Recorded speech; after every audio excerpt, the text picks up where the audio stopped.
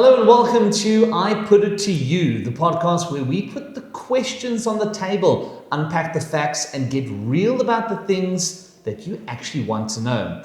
My name is Nick. I work in the commercial law department here at De Beer and Glasson Attorneys. Joining me today, my colleague Karishka, who works in the estates department. Karishka, thanks for joining today. Thank you for having me, Nick. So the question, I put it to you. And it's a question that everybody has to ask themselves at least once in their life. There are two certainties, death and taxes. I put it to you. What is the process? Where do you begin when you lose a loved one and you have to deal with their estate? Should we start off about the difference between a testate and intestate estate? And I think we can start with intestate because it's one that attorneys probably have the least to do with out of the two types. Certainly. So that is also something that a lot of people are not much aware of. What is the difference between testate and intestate? Intestate just means you're passing away without a will. That's right. So should you not leave behind a document that states what you would like to happen to your estate, the law determines what will happen. We have the Intestate Succession Act that we work with that determines who inherits your property, what do they inherit, how do they inherit. So the important thing to note there, if you are intestate or a loved one is intestate when they pass away, you have, as a beneficiary or an heir to that person, very little control over what happens in the estate. And there's one party that essentially handles it for everyone. And that party is, of course, the master of the court.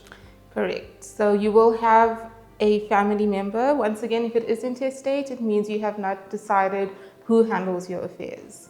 The law will decide who will handle it. A document called a nomination is signed by all of the heirs who determine this is the person in control. You act as the master's representative, but you are guided by the master. The master determines how the estate is once again inherited. They make provision for who inherits which portion and how that is distributed. And therein lies a lot of the difficulty because the law has to then figure out who your heirs and beneficiaries are. They do it in certain ways. They look at the family relationships, marital status, and that kind of thing. That's correct. So intestate, first preference is a surviving spouse. Thereafter, your descendants. So it works in a hierarchy. You get your surviving spouse, you get your descendants. If you do not leave behind a surviving spouse, just your descendants.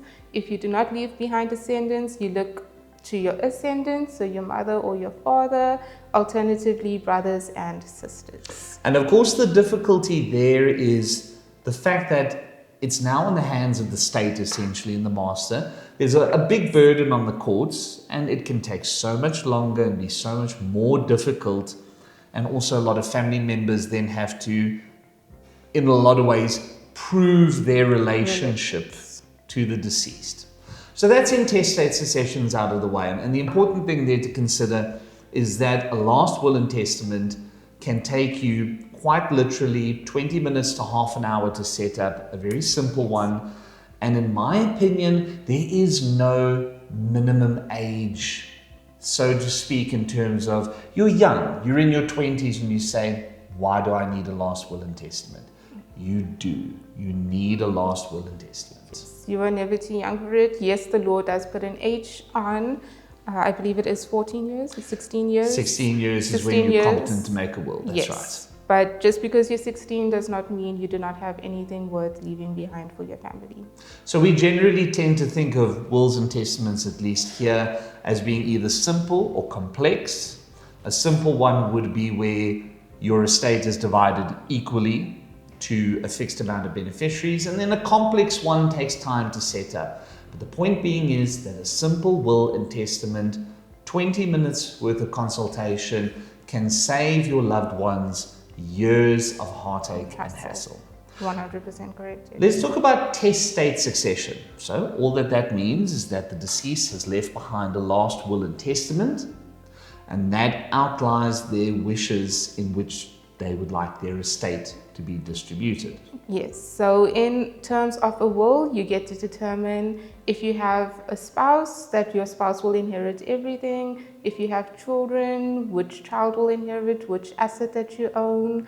You may choose who the executor is. So if you have a trusted family member, somebody who you know is going to ensure your children gets what is due to them or your spouse gets what is due to them, then you get to nominate that person. If you have children who are minors, you get to appoint your guardian, because that is something that is very important. When you pass away, who do you leave your children in the care of? One of the most important factors of your will is to have a guardian that's nominated there as well. So testate estates is the best way to secure that everything you have spent your life working towards 100%. is protected. And South African law considers, or is considered to be, one that gives very high degree of testamentary capacity. So there are some limitations on what you can sort of stipulate in your last will and testament. But for the most part, your wishes will be followed. They will be carried out. You have that capacity. That is correct, yes. The will gives you that. Let's talk about the process. And it's the question of the day, the question that I put it to you. A loved one passes away. You have, or the attorneys have in their possession, their last will and testament. How does the process start? It's a difficult period. It's a time of grieving for people. It can be a time of shock. They don't know where to start. How does the process begin? Something that I always tell my clients is, before I had started with De Beer and Claassen, I did not know what happens if somebody had passed away. And if I was in the position of losing a parent, I would be lost as to what to do. But at De Beer and Claassen, we assist you with the entire procedure from the beginning, which is reporting the estate. Not many people know an estate needs to be reported within 2 weeks from date of death. So that is a 14-day period from the time of death where you need to go to your closest master's offices or your master's service points, such as your magistrate's court, alternatively to your attorney, and you will report the estate. The estate is reported by completing a pack of documents in which you outline exactly who the deceased was, what the deceased had owned, and who is the deceased leaving his estate behind to. And I think it's also important to mention that when we say reporting the estate, we're not necessarily referring to reporting the death of the deceased person. That's something that happens from a medical point of view, and it's something that's reported at Home Affairs. Home Affairs, that is correct. So you'll end up getting the death certificate, but then further on, as far as the estate process is involved, that's when the attorneys come in. That is correct, yes. So reporting in our sense would be we complete documents for the Master of the High Court. So when you pass away, the Master is the person with the, what word can I use? Authority. They basically have the final say over your estate. So our reporting is just informing the Master. A person has passed away. They have left behind an estate. This is who is inheriting it in terms of the will that they have left behind. This is how we are going to assist them to ensure the distribution is done correctly. One of the first things that is then done as well is an inventory. And it's very important for the executor to take control of the estate and to draw up an inventory. And I think you, having worked in the estates department, you'd agree that's one of the biggest challenges, because not everybody is very comprehensive at leaving all their information behind, nice and easy and accessible. So that's a job that then the attorneys assist with. What companies did the deceased have? Assets registered in their names, motor vehicles, immovable properties. And then, of course, there's always a surprise or two hidden somewhere. How often have you had to deal with municipal rates clearance, SARS, vehicle licensing? Describe that process a little bit. 80% of the estates actually comes with more debts than it comes with assets. So we have to complete an inventory, that is correct. Inventory will reflect movable properties, vehicles, firearms, shares. which can be moved or sold. Immovable properties, which is your houses, your apartments, anything that is immovable, claims in favor of the estates. That is then bank accounts, investment accounts. A lot of the time people have immovable property, and like you have mentioned, we deal with high municipal accounts, high municipal rates and taxes. People do not pay that accounts over the course of while they are living, and that is something that unfortunately, as is, you also inherit the burden of. So you inherit assets, but you also inherit debts as well. And that's something I think people don't always take recognition or cognizance of, is that it's not to say that an estate is always going to be liquid or solvent. There's always the risk that there's a lot of debt, and that always has to be handled off in terms of the estate. Now, all of these tasks that we've been chatting about, a lot of them fall to the executor of the estate. Can you describe that role a little bit? It's a very important one, and it's one that in your last will and testament, you can specifically nominate a person. They can also be a beneficiary, and it's most commonly a family member, and you put them as the executor or the executrix of the estate. What is their role essentially boiled down to? So the executor is the person, like mentioned, is nominated in terms of the will to handle your estate. So that is the person who you trust to ensure your estate gets distributed according to your final wishes. That is also the person who acts as your master's representative, ensuring that every step in terms of your administration of estates is performed. Steps that would be included in your administration or roles from your executor would be, firstly, reporting your estate. Secondly, when an estate is reported and a letter of executorship is issued, that letter is what states, I have the authority to now proceed with this estate procedure. The estate needs to be advertised in a newspaper and in the government gazette. Not many people are aware of this, but when you pass away, a notice needs to go out so that all creditors and all debtors are informed of your death.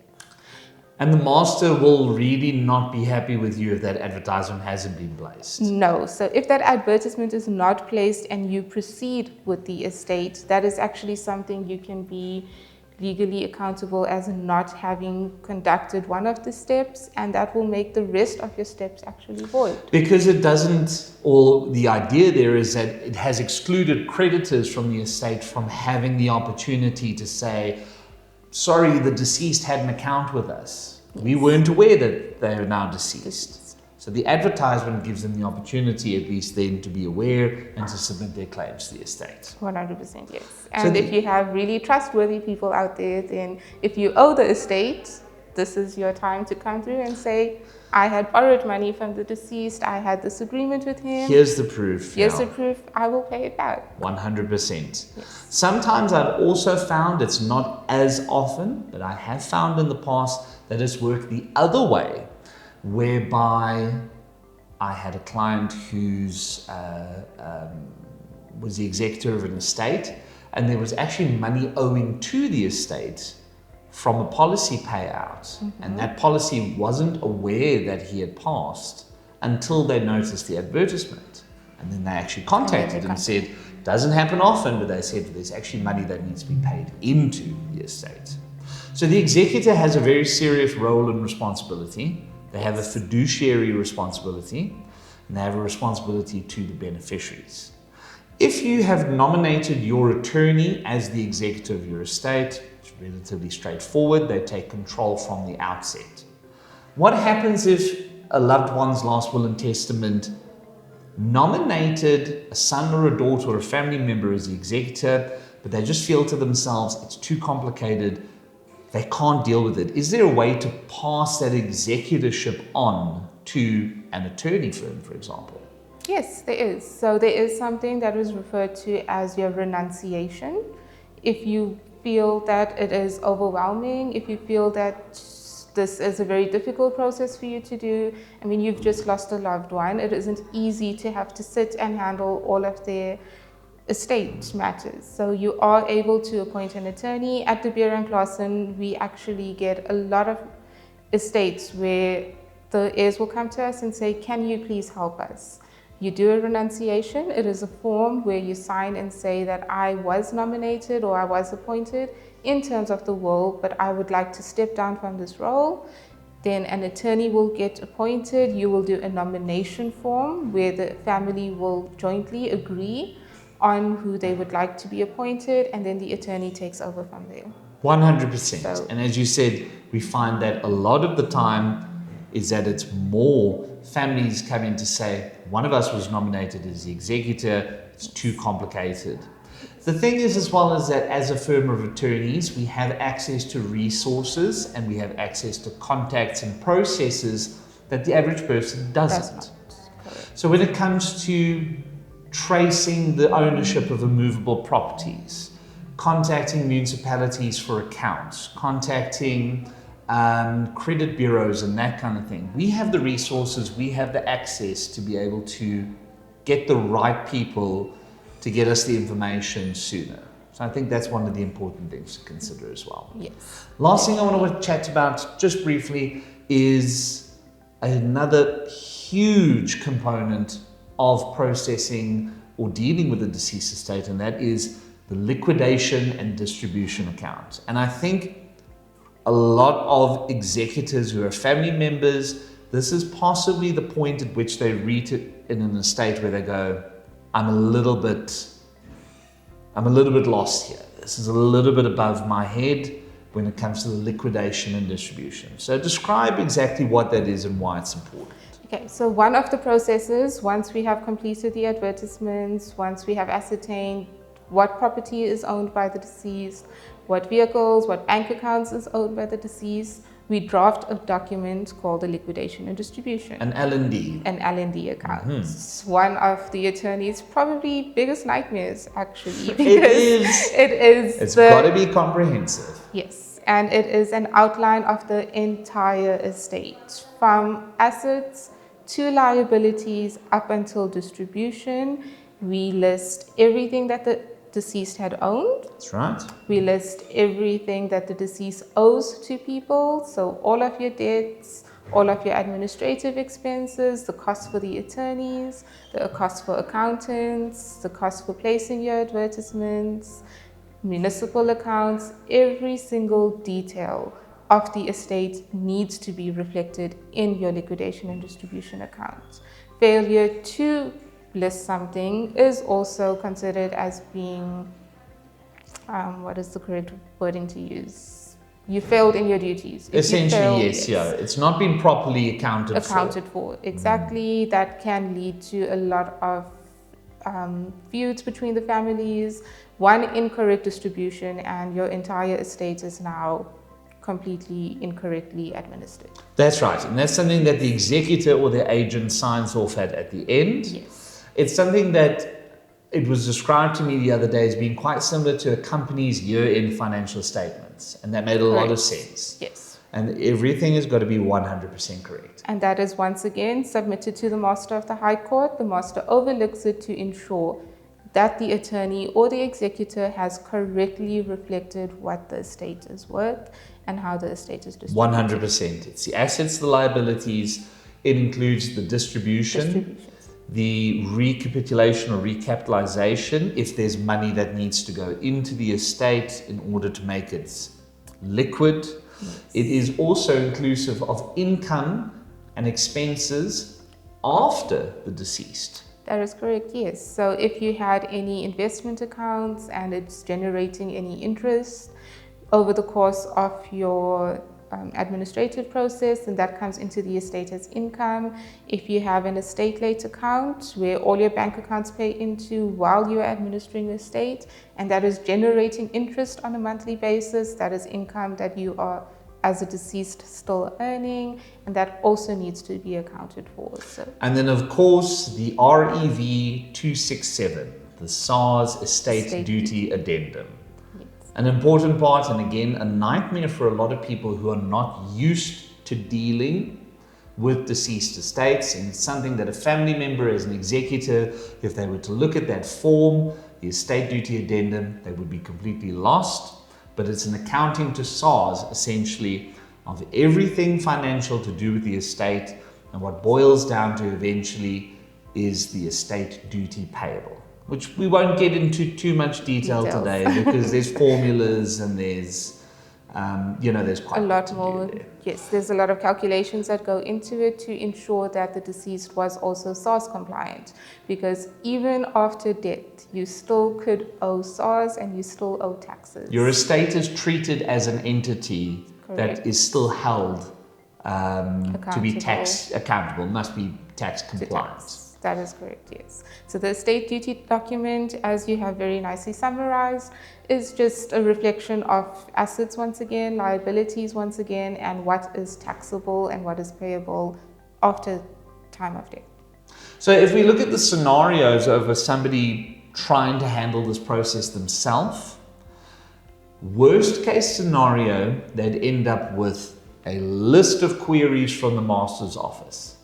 And the master would say, this is wrong, this is wrong, this is wrong. And they are helpful and they try to be as helpful as possible, but they deal with tens of thousands of matters and there's only so much guidance they can give you. So that's worst case scenario. I would actually argue that's best case scenario if you get queries. Worst case scenario is if you've made a mistake. You've misreported income or assets on your estate duty addendum. Then there can be serious problems for that estate. And that's why it's best to have professionals who are knowledgeable in estate law handle it for you. Quick fire question round. Is there a limit to the size of your estate before it gets reported to the master or not? Okay, so you get two different types of estates actually. There is a threshold at 250,000 Rand. So if your estate is valued at under 250,000 Rand, it is actually a letters of authority that gets issued, and that can be done through your magistrate's court, or it can be done through the attorney. But yes, so threshold is 250,000 Rand. That's a lot simpler, yeah. Simple estate. You get a letters of authority. It tells you you have authority to go and transfer the properties, sell the assets. It is a done deal. Over 250,000, that is where your letters of executorship comes in, your executor comes in, and the entire administrative process, as we have discussed, is then followed. Quick fire question number 2. Is there any limitation on who you may leave your estate to? Not really. Not really, no. So anybody is entitled to inherit, minors can inherit, friends can inherit, families can inherit. If you love your attorney can inherit. Any person is actually able to inherit. I've actually had estates, and this is quite funny, but a pet is actually included in an estate. What, like a parrot? Like a dog. Okay, wow. So I leave my estate to my dog. Everything goes into a trust that is administered by a person, and it is to the benefit of ensuring my pet is always taken care of. Bingo is taken care of. Exactly. Nicely done. Literally any person, anyone can inherit. Quick fire question. What is a living will?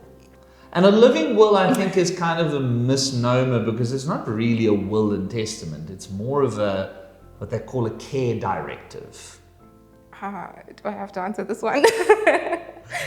We had to do a living will recently, and I learned about it as we were doing it. Very interesting. It's a care directive where you can put your wishes into place. You can incorporate it within your last will and testament, and you can say things along the lines of, this is how I would like my remains to be treated.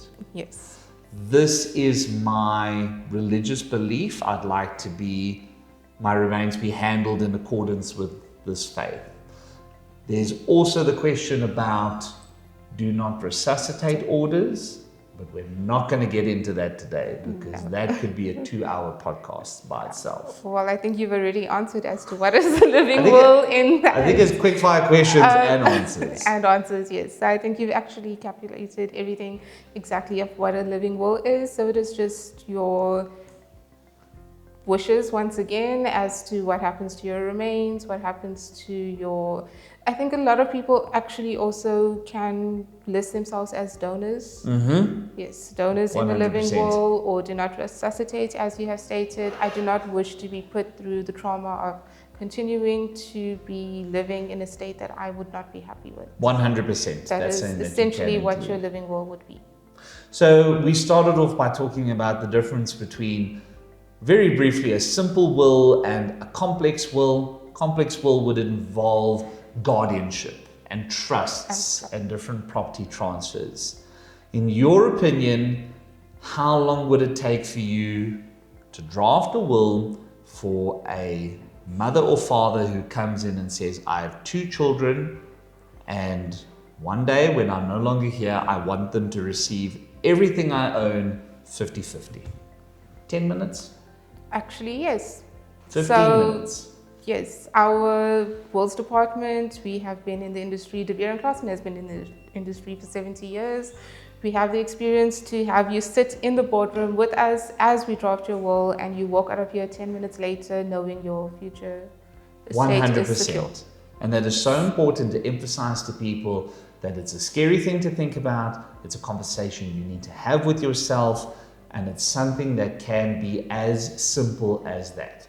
We handle every single one on a case-by-case basis. Everybody's family dynamic is different. Everybody's assets and ownership and debts are different. But for the most part, something as simple as a single or 2-pager last will and testament can mean all the difference in the entire world. 100%, yes. Karishka, thank you for joining us today. I put it to you, the podcast from De Beer and Clausen Attorneys. I put it to you, get yourself a last will and testament today. Thank you so much.